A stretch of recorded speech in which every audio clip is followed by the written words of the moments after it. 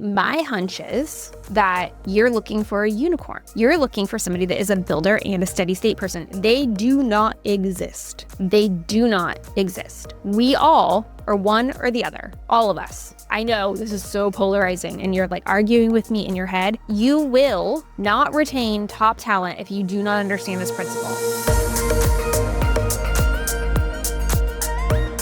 Did you hire an A player and they are not working out?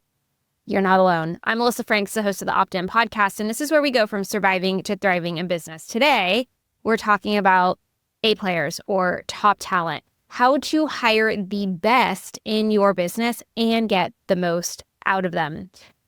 Right now, real time, am working with a variety of clients around hiring strategies. And the one thing that keeps coming up over and over and over is, I want the best person. I want top talent. I want somebody that not only can do the job today, but can grow the job into the future into more than I could even imagine.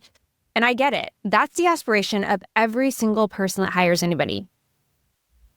Except if you're in corporate. We could get to that later. In corporate, you're looking for somebody that can get the job done and get it done well.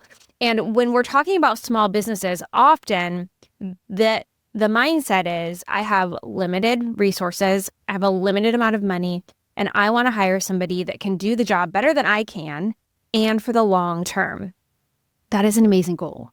And so what happens is you write the job description. Maybe many of you are now going into AI tools and creating the job description based on what it recommends you should be doing. In fact, I've been seeing a lot of people go in and have it recommend questions to ask. You get somebody in the door, and you recognize they're highly skilled, and yet they're not delivering the value they thought they would. And that's what we're going to talk about today, because it is possible that you hire top talent or A players, and they're the wrong talent for your business. So let's dive in. What do I mean by that? Well, there's really two types of humans out there in the world. That's it. When we're talking about work anyway, there is the builder persona and there is the steady state persona. I call them build and run because I come from a technology background and that's just how our brains work. They're kind of two different things. But build is the project person. They're the idea person. They're the one that can say, I got it, we'll bring it to life. In operations land, sometimes that's known as the integrator. But really what their secret sauce is exploiting opportunities and bringing them to bear, whatever that means. And it can be in any position. So you can have a builder in any function in the business. You can have an HR builder, you can have a ops builder, you can have a marketing, sales, etc. They are the people that are inquisitive and they are curious and they move fast and make smart decisions quickly. They love risk and they love the thrill of the chase. They're also up for any challenge you put in front of them.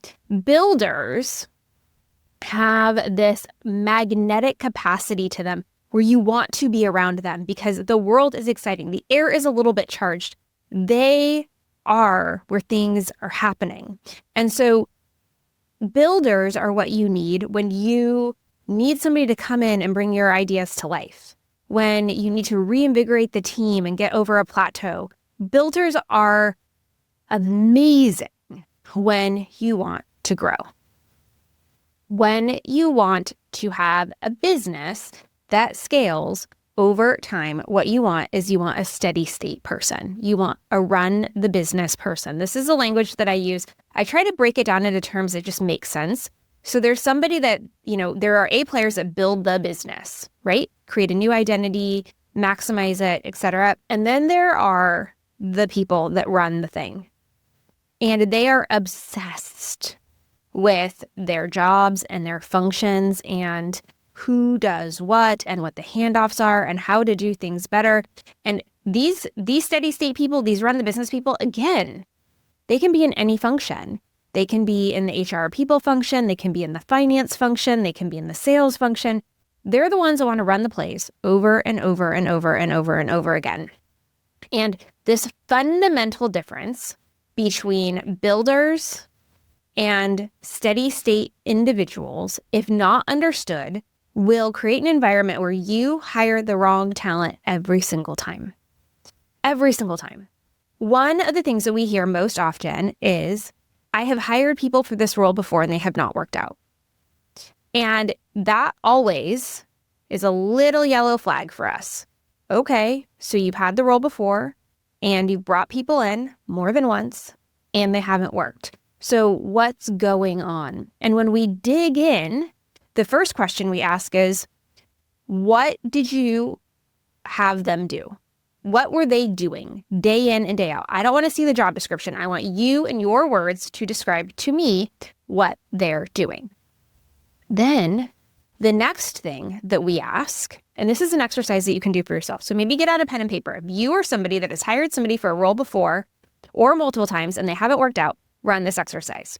So take the role or the function that you desperately want to hire somebody for and you can't find the right fit, okay? And write down what those people did when they came in. And you might need a couple of columns because maybe every person manifested their environment and showed up in their job a little bit differently. So maybe they all did a little bit of different things. What were they doing day in and day out? What were they not doing that you wish they would? So it's the second thing. So create a list. What were they not doing that you wish they would? Okay?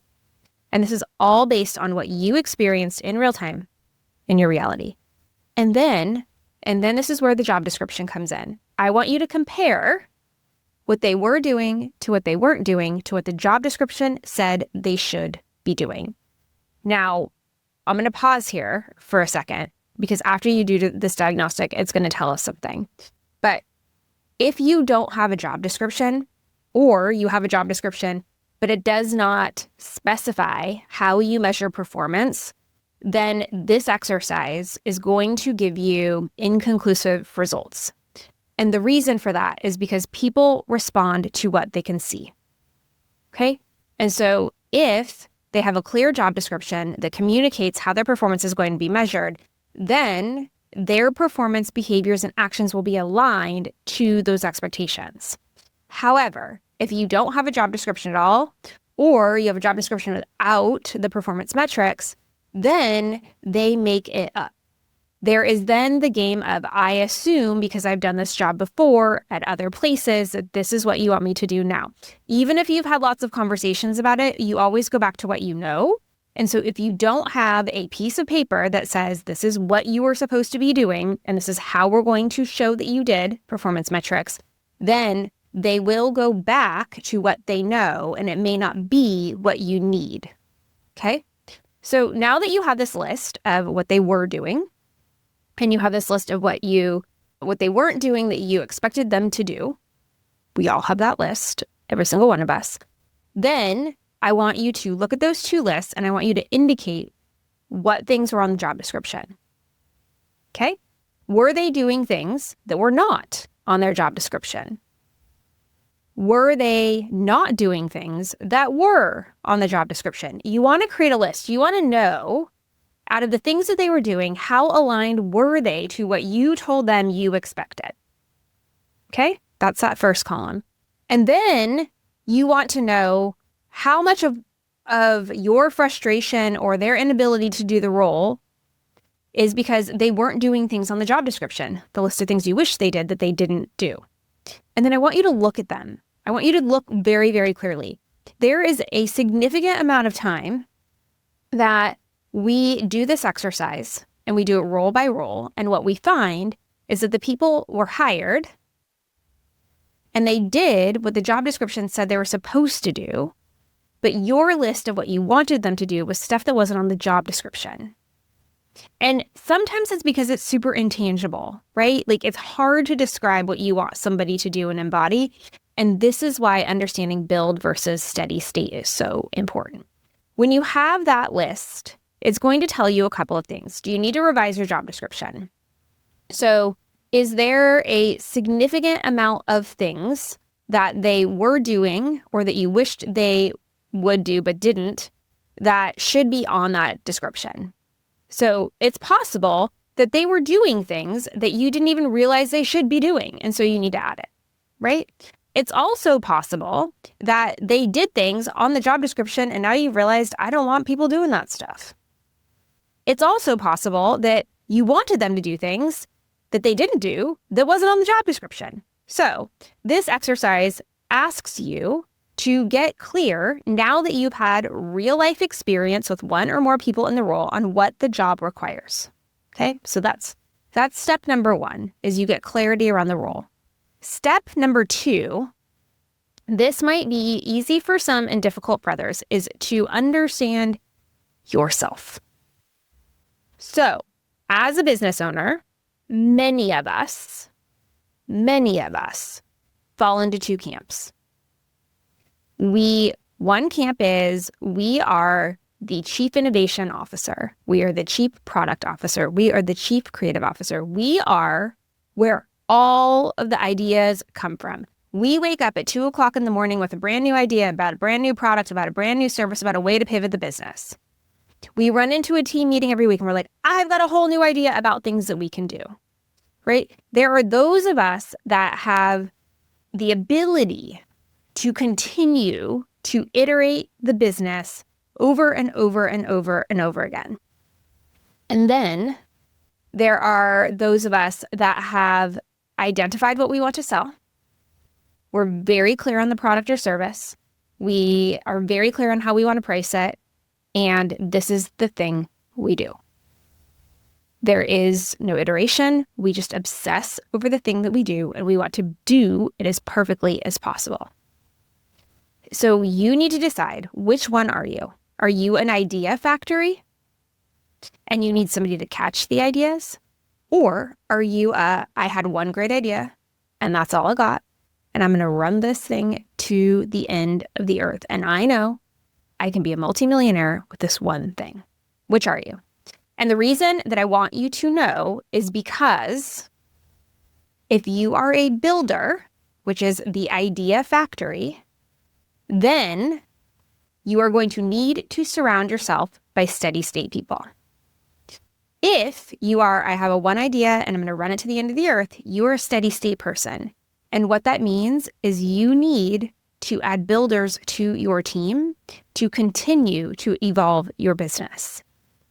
If you do not understand which one you are, and granted, we all have bits and pieces of both, but this is a little bit of like when you take the Enneagram test, or you take Myers-Briggs, or you take, I don't know, you get your human design, or et cetera, et cetera, et cetera, right? We all have bits and pieces of things, but which way do you lean?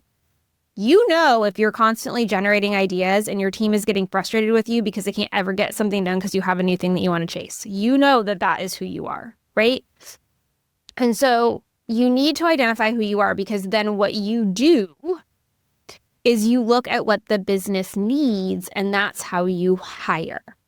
Now, you can have A players at all levels or the organizational structure. Your administrative assistant can be an A player, and your C-suite executive can be an A player. I'm not saying that you don't need A players everywhere. You can also, as you grow, have A and B players, because let's be honest, not everybody's an A player, and it creates conflict if everybody is. It's another podcast for another day. However, for the purposes of this conversation, whichever roles you're looking at, you want top talent. You want the best person out there for the job. And so in order to find the best person out there for the job, once you understand who you are, builder or steady state, then you ask, what do I need for this role? Now let's go back to the exercise that we just did. So we did this exercise, and because we've had people in the role before, we know what we actually want them to do, because we've now gone through, we've done the audit of the job description, we've compared it to what was actually happening, we compared it to what we expected to have happen that didn't. And so now we have a sturdy job description. So look at it. What is it asking of somebody to do? And my hunch is that you're looking for a unicorn. You're looking for somebody that is a builder and a steady state person. They do not exist. They do not exist. We all are one or the other. All of us. I know this is so polarizing, and you're like arguing with me in your head. You will not retain top talent if you do not understand this principle. It's why I'm dedicating an entire podcast to this conversation. So look at the job description. Is it clear if you need a builder or a steady state person? Or did you create a job description that says you need both? And if it says you need both, then what that means is you have to choose. And in order to choose, you have to look at you. So if you are a builder and you need a second in command, you need somebody to come into operations, or you need somebody to come into marketing, you're going to be your right hand, that's what you're looking for, you need to then say, who's the yin to my yang? And if you're a builder, you need a steady state person. And if you're a steady state person, you need a builder. That's how this works. And you have to ask this question for all of the leadership roles in your business. And I'm going to explain to you why in a minute. Once you have the yin and yang, once you understand what you need more that person to embody, if they're a leader in your business, you can hire below them to bridge the gap. Here's what I mean. Some people are builders. And when you hire a builder as a leader in your business, let's say you're hiring a builder as a director of operations, they could also be called an integrator, right? They are the ones that take your ideas and they bring them to life. They will always tell you yes. They will always say, we can make it happen. We can get it done. Okay? The steady state person says, I see that, and let's analyze it. Let's make sure it's a good idea. Let's make sure we have capacity to do it right. Let's make sure that the timing makes sense. Let's make sure there's not some conflict anymore. And then let's do it the right way. Okay? So if you're a builder and you hire an operations director that is also a builder, do you know what happens? You just build shit. Literally. However, if you bring in a steady state operations person, you get the yin to your yang. You get somebody to say, let's look at it through all of the lenses. Does it make sense? Is the timing right? Is the idea fleshed out? Can the team handle it? Are our customers ready? They do the due diligence because they are thinking, how do I maintain this thing for the long term? How do I get this into our DNA and make it work with everything else that we are doing? Builders are adrenaline junkies just like you. Now, on the flip, if you are a steady state person where you're like, this is the thing that we do, I don't want to entertain anything else. If you hire a steady state person to be your number two, they are going to think like you and walk like you and talk like you and not challenge you. And what that does to the business over time is it leads to plateau and decline. And so what you need is a little bit of conflict and a little bit of an adversary in the business to what if you into new ideas. And that's where a builder makes sense. Builders always have to be surrounded by steady state people. And the reason for that is if you are constantly innovating in your business, nothing stays the same. We have worked with a variety of clients over the past few years in the online business space. This is where this comes up most often. And they are constantly changing what they sell and to who. Constantly. There is almost this thing that we can predict that if one of those founders goes to a conference, goes to a mastermind, has a retreat weekend, they will come back into the business on Monday and be like, I have a brand new idea. We're going to burn the boats and we're going to start over. Even if the entire flotilla was about to embark on a maiden voyage and everything was fine. And the reason for that is because they're builders. And so they're getting all of these outside ideas, right? And if they only have builders in their team, they're told yes, they burn the boats, the business goes to the ground, and they literally start the business over. So when you're searching for A players, what you need to do is ensure that you know the profile, the type of work, and then you need to make sure that it makes sense based on what you need for the business. Don't just write a job description. Don't just include everything but the kitchen sink. You actually need to ask how you want them to show up in the business, what you want them to deliver, and then you want to go find the person that can do that. Now, the second point on this, which is almost as important as all of the rest that we've talked about for the last 20 minutes, is you need to know which persona everybody is, your A players specifically, so that you can build a world in which they want to keep coming to work and they want to stay for the long term. And this is the tricky part. Often you either hire wrong and then you've got to push them out, and you hire and hire and hire and you keep hiring wrong and you have to push them out, or they don't stick. And you get somebody amazing in and they're there for 6 months and then they jump to the next opportunity. I was just on social media the other day and I didn't realize Instagram was a place where you start looking for jobs, but here we are. Apparently that's where it is, depending on how old you are. And somebody was on Instagram and worked at a very high profile business. And they were talking about how they had decided to make a career pivot and were looking for their next opportunity. And as I was listening to them describe their accomplishments and what they had done, immediately my brain went ding, ding, ding, ding, ding. That person's a builder. And what happened is they built the thing they were hired to build, and then they were expected to run it and improve it over time, and they didn't want to. And so they left.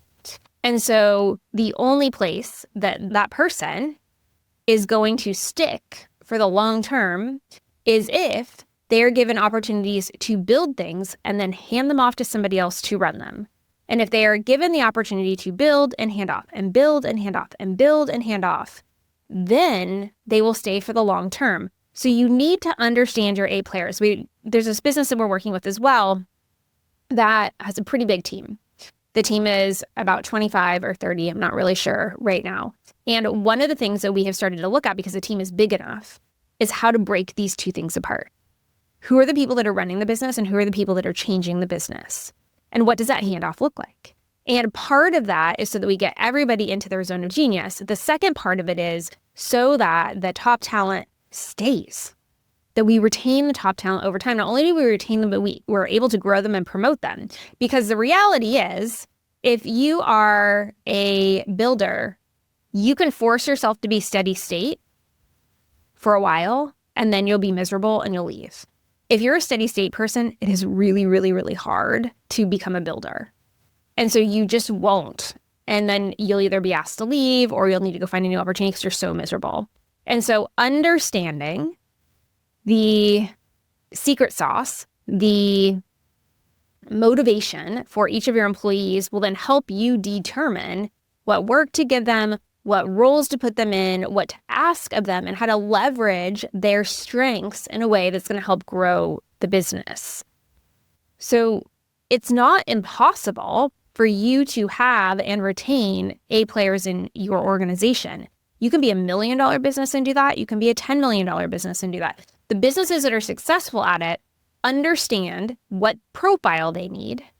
They hire the person with the skills and the profile, and then they deploy them in the business to take advantage of both.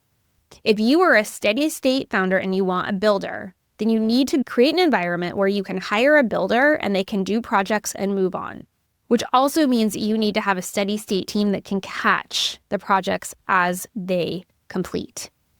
The talent in your business is not going to tell you that. I want to be honest and frank that it took me 20 plus years to realize that the reason that I have had probably upwards of 40 roles inside of businesses is because I'm a builder. That's what I'm best at. I build things and then give them away. As soon as you tell me that I need to just do this forever, I'm out. I left a 10-year career because my project ended and what I was given was technology maintenance. And I had thought I was going to die. I was 28 years old and just was going to crush my soul. So I left. And I went to a new business and a new entity and I didn't know anything. I took 3 steps back in my career to get away from running stuff. That is a builder. Now, granted, I didn't realize that was what was happening at the time. It took me to get to the C-suite and then be bored to tears before I realized, I don't like running the things I build. And that has helped me so much because now I have clarity and I understand where to expend my time. And now I have a business that I get to build all the time. And I understand my penchant for coming up with ideas and iterating and all the things. It also helps me understand as I place my staff with small businesses.